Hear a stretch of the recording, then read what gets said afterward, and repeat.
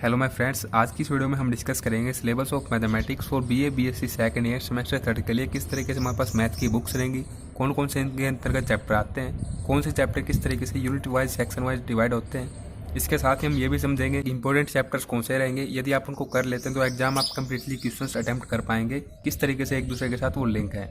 But उससे पहले आपको बताना चाहूँगा कि किस किस यूनिवर्सिटी के लिए हम सिलेबस डिस्कस करें। काफ़ी कन्फ्यूजन रहता है कि क्या ये एमडीयू के लिए या सीडब्ल्यू के लिए किस किस यूनिवर्सिटी के लिए है।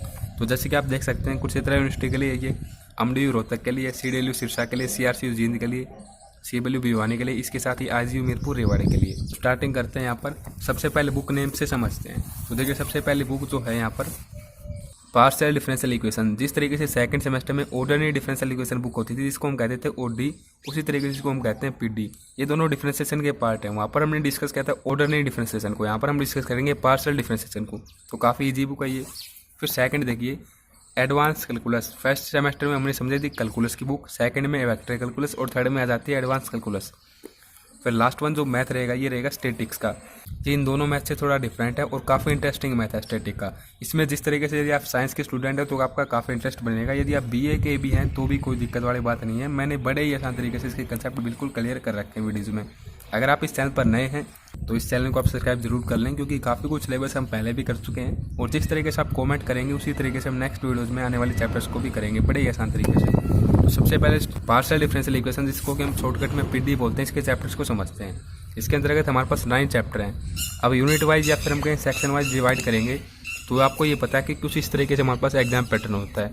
सेक्शन ए के अंतर्गत 2 क्वेश्चन, फिर सेक्शन बी के अंतर्गत भी 2 क्वेश्चन, सेक्शन सी के अंतर्गत 2 क्वेश्चन, सेक्शन डी के अंतर्गत 2 क्वेश्चन, तो टोटली 8 क्वेश्चन हो जाते हैं। फिर जो 5th सेक्शन होता है इसमें आते हैं कंपलसरी क्वेश्चन, जो कि सभी चैप्टर से पूछे जाते हैं, 5 से 6 क्वेश्चन। तो अब डिस्कस करते हैं सेक्शन ए के अंतर्गत कौन कौन से चैप्टर आते हैं यहाँ पर। तो सेक्शन ए के अंतर्गत आते हैं chapter first, second and third. First है formation of partial differential equations, second है first order linear partial differential equations, third है यहाँ पर first order non linear partial differential equations. यदि आप इन दोनों को कर लेंगे तो आपको इसको करने की कोई आवश्यकता नहीं है, क्योंकि इन दोनों से एक क्वेश्चन आपका अटैम्प्ट हो जाएगा यहाँ से। अगर आप इसको कर लेते हैं तो इन दोनों को आपको करने की कोई आवश्यकता नहीं है, क्योंकि इससे भी आपका एक क्वेश्चन अटैम्प्ट हो जाएगा। बट मैं यही कहूँगा कि आप इन दोनों को सबसे पहले करें, क्योंकि देखिए इस बुक का जो बेसिक कंसेप्ट है जो सभी चैप्टर्स में यूज़ होगा कि किस तरीके से हमारे पास सिंबल होते हैं, जैसे कि आप यहाँ पर देख सकते हैं। मैंने इस चैप्टर की काफ़ी अच्छे तरीके से वीडियो बना रखी है। सभी चैप्टर की जो मैंने वीडियो बना रखी है जिस चीज़ अब अपलोड हो रही है उस सभी का लिंक आपको डिस्क्रिप्शन में मिल जाएगा। तो इन दोनों को आप कर लें तो आपका एक क्वेश्चन का अटैम्प्ट हो जाएगा यहाँ से। काफ़ी ईजी चैप्टर्स हैं। फिर देखिए जो सेक्शन सेकंड है इसके अंतर्गत कौन से चैप्टर आते हैं। इसके अंतर्गत आते हैं 4th एंड 5th। जिस तरीके से आपने ओडी मैथ में ऑर्डिनरी डिफरेंशियल इक्वेशन में 4th एंड 5th चैप्टर किया था, बिल्कुल उसी तरीके से यहाँ पर है। 4th है linear partial differential equations of second and higher orders. आपने वहाँ पर समझा था ऑर्डिनरी डिफरेंशियल इक्वेशंस को, यहाँ पर हम समझ रहे हैं पार्शियल डिफरेंशियल इक्वेशंस को। केवल इतना डिफरेंस है। यदि आप 4th कर लेते हैं तो 5th आपको बड़ी आसान तरीके से आ जाएगा। ये partial differential equations with variable coefficient reducible to equation with constant coefficient. अब इन दोनों में से जो इंपॉर्टेंट है ये है 4th चैप्टर, क्योंकि यहाँ से क्या होता है जैसे कि सेक्शन बी के अंतर्गत ये क्वेश्चन आते हैं तो 4th चैप्टर से ये क्वेश्चन तो बनेगा ही बनेगा। बट कई बार ये हो जाता है कि ये क्वेश्चन भी 4th चैप्टर से ही बन जाए इस क्वेश्चन का फर्स्ट पार्ट। तो इस तरीके से 4th चैप्टर इंपॉर्टेंट हो जाता है यहाँ पर। 5th चैप्टर से कुछ यूनिवर्सिटीज में तो कंप्लीट एक क्वेश्चन बना दिया जाता है, या फिर कहीं कहीं एक पार्ट बना दिया जाता है 4 पार्ट में से। तो 4th चैप्टर आप यदि कर लेते हैं तो 5th आपको ऑटोमेटिक आ जाएगा। इसमें केवल एक एक्सरसाइज है जिसमें कि केवल 7 से 8 क्वेश्चन हैं। फिर नेक्स्ट हम समझते हैं सेक्शन 3 के अंतर्गत। इसके अंतर्गत हमारे पास चैप्टर आते हैं chapter number 6 and 7th। Chapter number 6 है classification and canonical form of second order linear partial differential equations. ये काफ़ी इजी चैप्टर है। इसके अंतर्गत आपका एक क्वेश्चन कंप्लीट अटैम्प्ट हो जाएगा यदि आप इसको कंप्लीटली कर लेते हैं तो। फिर चैप्टर नंबर 7 है यहाँ पर Monge's method for partial differential equations of second order. तो कुछ इस तरीके से इसके अंतर्गत ये 2 क्वेश्चन बनते हैं। यदि आप इनमें से कोई एक कर लेंगे, 6th कर लेंगे तो भी आपका एक क्वेश्चन कंप्लीटली अटैम्प्ट हो जाएगा। फिर नेक्स्ट यहाँ पर लास्ट यूनिट के अंतर्गत 2 चैप्टर आते हैं कि चैप्टर नंबर 8 एंड 9th।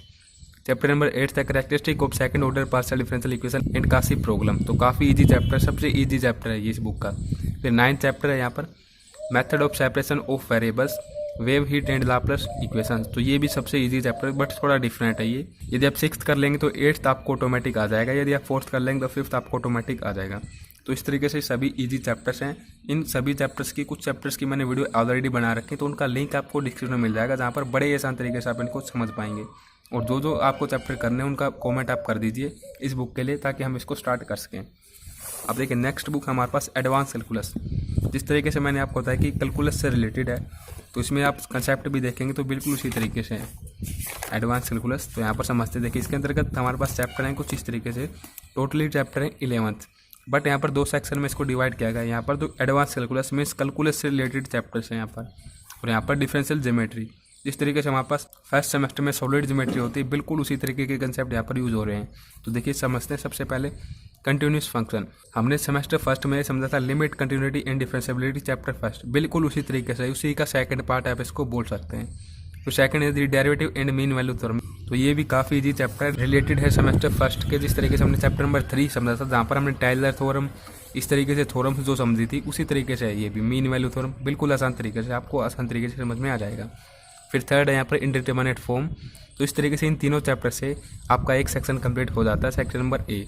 अब यहाँ पर कौन कौन से चैप्टर करने से आपका एक क्वेश्चन कंप्लीट हो जाएगा, तो देखिए यदि आप फर्स्ट को कर लेंगे कंप्लीट और सेकंड को कर लेंगे तो भी आपका एक क्वेश्चन हो जाएगा।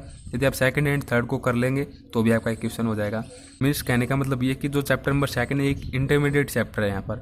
यदि आप इसको करें तो इसके साथ आपको ये करना पड़ेगा, यदि आप इसको करें तो भी आपको ये करना पड़ेगा। बाकी कई बार ये देखा जाता है कि थर्ड चैप्टर यदि आप कंप्लीट कर लेते हैं तो भी आपका क्वेश्चन अटैम्प्ट हो जाता है। तो कुछ इस तरीके से 3 चैप्टर आते हैं सेक्शन नंबर फर्स्ट के अंतर्गत। अब सेक्शन नंबर सेकंड के अंतर्गत आता है chapter number 4th and 5th। ये बिल्कुल उसी तरीके से पार्शियल डिफरेंशिएशन, जिस तरीके से आप इस मैथ में समझते हैं पार्शियल डिफरेंशिएशन किस तरीके से हम करते हैं, बिल्कुल यही कंसेप्ट यहाँ पर यूज़ होगा। तो ये सबसे ईजी चैप्टर हम कह सकते हैं इस बुक का। काफ़ी ईजी चैप्टर है, बड़ा है लेकिन सबसे ईजी चैप्टर यही है। यदि आप इसको कर लेंगे और 4th भी इसमें शामिल है सेक्शन नंबर बी में, तो बिल्कुल इसी तरीके से देखिए यदि आप 5th चैप्टर को कर लेंगे तो यहाँ से आपका देखो क्वेश्चन नंबर 4 तो कंप्लीट अटैम्प्ट हो ही जाएगा। इसके साथ क्वेश्चन नंबर 3 का भी एक पार्ट, मतलब कि इससे 3 पार्ट बन जाते हैं कभी कभी। मोस्टली आप क्वेश्चन पेपर देखेंगे, आपको वीडियो के डिस्क्रिप्शन में आप जिस भी यूनिवर्सिटी से बिलोंग करते हैं उनके प्रीवियस ईयर क्वेश्चन पेपर 5 से 6 ईयर के वीडियो के साथ आपको डिस्क्रिप्शन में लिंक मिल जाएगा, आप चेकआउट कर सकते हैं। तो ये जो चैप्टर है ये 3 क्वेश्चन लगभग कवर कर लेता है यहाँ से, मतलब कि 3 पार्ट कवर कर लेता है। तो इसको आप करेंगे तो एक क्वेश्चन आपका कंप्लीटली अटैम्प्ट हो जाएगा। फिर 4th चैप्टर यहाँ पर limit and continuity of function of 2 variables. ये बिल्कुल फर्स्ट चैप्टर की तरह काफ़ी सबसे इजी चैप्टर हम इसको बोल सकते हैं इस बुक का, क्योंकि सबसे छोटा चैप्टर सबसे इजी है, मतलब कि सभी चैप्टर काफ़ी इजी हैं यहाँ पर। फिर नेक्स्ट हम सेक्शन 3 की ओर आते हैं। तो यहाँ पर इसके अंतर्गत आते हैं चैप्टर नंबर 6th 7th। यहाँ पर यदि आप 7th कर लेंगे तो भी आपका एक क्वेश्चन अटैम्प्ट हो जाएगा, 6th कर लेंगे तो भी आपका एक क्वेश्चन अटैम्प्ट हो जाएगा। यदि आप फर्स्ट कर लेंगे तो आपको 4th चैप्टर आ जाएगा, 4th कर लेंगे तो आपको 6th चैप्टर आ जाएगा। ये तीनों ही चैप्टर एक दूसरे से कनेक्टेड है, एक ही तरीके के इनमें क्वेश्चन है और काफ़ी ईजी चैप्टर्स हैं ये। फिर यहाँ पर डिफरेंशियल ज्योमेट्री, ये जो चैप्टर आप देख पा रहे हैं ये 4th चैप्टर है यहाँ पर। ये 4th चैप्टर एक सेक्शन है, कवर कर लेते हैं सेक्शन नंबर डी यहाँ पर। तो इन 4 चैप्टर को यदि आप करेंगे तो इनमें से कौन कौन सा चैप्टर आप कर लेंगे ताकि आपका एक क्वेश्चन कंप्लीट हो जाए। तो इसमें सबसे पहले आप करेंगे कर्व इन स्पेस। ये चैप्टर काफ़ी इजी है, मतलब कि सभी चैप्टर काफ़ी इजी हैं, बट ये आप कर लें और फिर 9th का कर लें तो आपका एक क्वेश्चन कंप्लीटली अटैम्प्ट हो जाएगा। या फिर आप 10th का और 11th का भी कर सकते हैं, यहाँ से भी आपका एक क्वेश्चन कंप्लीट अटैम्प्ट हो जाएगा। सबसे इजी रहेंगे 8th एंड 9th करना, क्योंकि यहाँ से क्या होता है कि स्मॉल जो क्वेश्चन आते हैं कंपलसरी क्वेश्चन वो भी इसी से पूछे जाते हैं लगभग। वैसे एक वीडियो मैं बना दूंगा, अगर आप कॉमेंट करेंगे कि कौन कौन से वो क्वेश्चन है स्मॉल, जिनको यदि आप कर लेते हैं तो आपके कंपलसरी क्वेश्चन भी अटैम्प्ट हो जाएंगे। मैंने उनको सिलेक्ट किया और 7 से 8 क्वेश्चन बनते हैं टोटली। यदि आप उनको कर लेंगे तो आपके स्मॉल क्वेश्चन भी कंप्लीटली अटैम्प्ट हो जाएंगे। तो कुछ इस तरीके से काफ़ी इजी बुक है ये। इसकी वीडियोज़ भी आप डिस्क्रिप्शन में देख सकते हैं, लिंक आपको मिल जाएगा प्लेलिस्ट का, जो अब तक हमने कर लिए हैं, या फिर जिस तरीके से हम करेंगे उसका भी आप फॉर्मेट कर दें, कौन से चैप्टर को किस तरीके से स्टार्ट हमें करना है। फिर थर्ड बुक है यहाँ पर स्टैटिक्स। ये काफ़ी डिफरेंट बुक है थोड़ी। स्टैटिक का मतलब ये होता है, देखिए फिजिक्स के अंतर्गत हमारे पास मैकेनिक्स एक ब्रांच है फिजिक्स की, उसके अंतर्गत 2 पार्ट हैं, एक तो स्टैटिक और सेकंड ये डायनेमिक। इस सेमेस्टर में तो हम स्टैटिक समझते हैं, फिर लास्ट सेमेस्टर जो हमारे पास होता है 6th सेमेस्टर, वहाँ पर हम डायनेमिक समझते हैं। तो स्टैटिक का मतलब ये होता है ताकि जो भी हमारे पास बॉडी है, जो भी पार्टिकल है, यदि हम उसके ऊपर कोई फोर्स लगाते हैं तो इक्विलिब्रियम मतलब कि रेस्ट में रहेगा। तो इसका मतलब हम समझ सकते हैं कि बॉडी एट रेस्ट, और डायनेमिक्स का मतलब होता है बॉडी एट मोशन में, कि वहाँ पर मोशन में हो जाएगा यदि हम कोई फोर्स लगाएंगे। तो ये काफ़ी इजी और इंटरेस्टिंग बुक है। सबसे ज़्यादा जो मैंने वीडियो बना रखे हैं जिसकी प्लेलिस्ट आपको देखने को मिलेंगी डिस्क्रिप्शन में, उसी इसी बुक की मिलेंगी। तो काफ़ी इजी बुक है ये।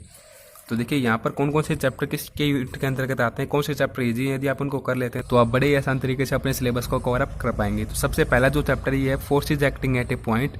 ये चैप्टर मोस्ट बेसिक चैप्टर है। यदि आप इस बुक की स्टार्टिंग करें तो इसी चैप्टर से आप करें, क्योंकि इसमें हम कुछ बेसिक कंसेप्ट समझते हैं, रिजल्टेंट क्या होता है, कंपोनेंट क्या होते हैं, किस तरीके से हम इनको फाइंड आउट करते हैं। ये काफ़ी इजी चैप्टर है। फिर चैप्टर नंबर 2 है पैरेलल फोर्सेज। ये सबसे इजी चैप्टर और सबसे छोटा चैप्टर है इस बुक का। इसमें केवल एक एक्सरसाइज है और काफ़ी इजी चैप्टर है। मैंने इन दोनों चैप्टर को ही करवा रखा है। इनका लिंक आपको डिस्क्रिप्शन में मिल जाएगा प्ले लिस्ट का। आप बड़े आसान तरीके से इनको सीख सकते हैं। फिर नेक्स्ट चैप्टर है यहाँ पर 3 एंड 4 मूवमेंट्स एंड कपल्स। तो ये जो चैप्टर हैं 4 ये आते हैं सेक्शन नंबर फर्स्ट के अंतर्गत। यदि आप फर्स्ट एंड सेकंड चैप्टर को कर लेते हैं तो आपका ये क्वेश्चन कंप्लीट अटेम्प्ट हो जाएगा। यहाँ से फर्स्ट चैप्टर से क्वेश्चन आएगा, यहाँ से सेकंड से आएगा, यहाँ से थर्ड से आएगा, यहाँ से फोर्थ से आएगा। तो ये आप थर्ड एंड फोर्थ को करेंगे तो आपका ये क्वेश्चन अटेम्प्ट हो जाएगा। यदि आप फर्स्ट एंड सेकंड को करेंगे तो आपका ये क्वेश्चन अटेम्प्ट हो जाएगा। केवल एक एक क्वेश्चन इससे पूछा जाता है सभी चैप्टर से। तो काफ़ी इजी चैप्टर हैं, चारों ही चैप्टर मैंने करवा रखे हैं। आपको वीडियोज़ का लिंक डिस्क्रिप्शन में मिल जाएगा, प्ले लिस्ट का आप चेकआउट कर सकते हैं। फिर नेक्स्ट चैप्टर यहाँ पर चैप्टर नंबर 5, 6, 7 ये जो चैप्टर हैं ये आते हैं सेकंड यूनिट के अंतर्गत। Analytic condition of equilibrium of coplanar forces, friction, centre of gravity. यदि आप इस सेक्शन बी के अंतर्गत आते हैं, 5th चैप्टर को कर लेते हैं तो आपका ये जो क्वेश्चन है क्वेश्चन नंबर 3 कंप्लीटली अटेम्प्ट हो जाएगा। इस चैप्टर में केवल 2 एक्सरसाइज है और काफ़ी इजी चैप्टर है ये क्वेश्चन आपका कंप्लीट अटेम्प्ट हो जाएगा।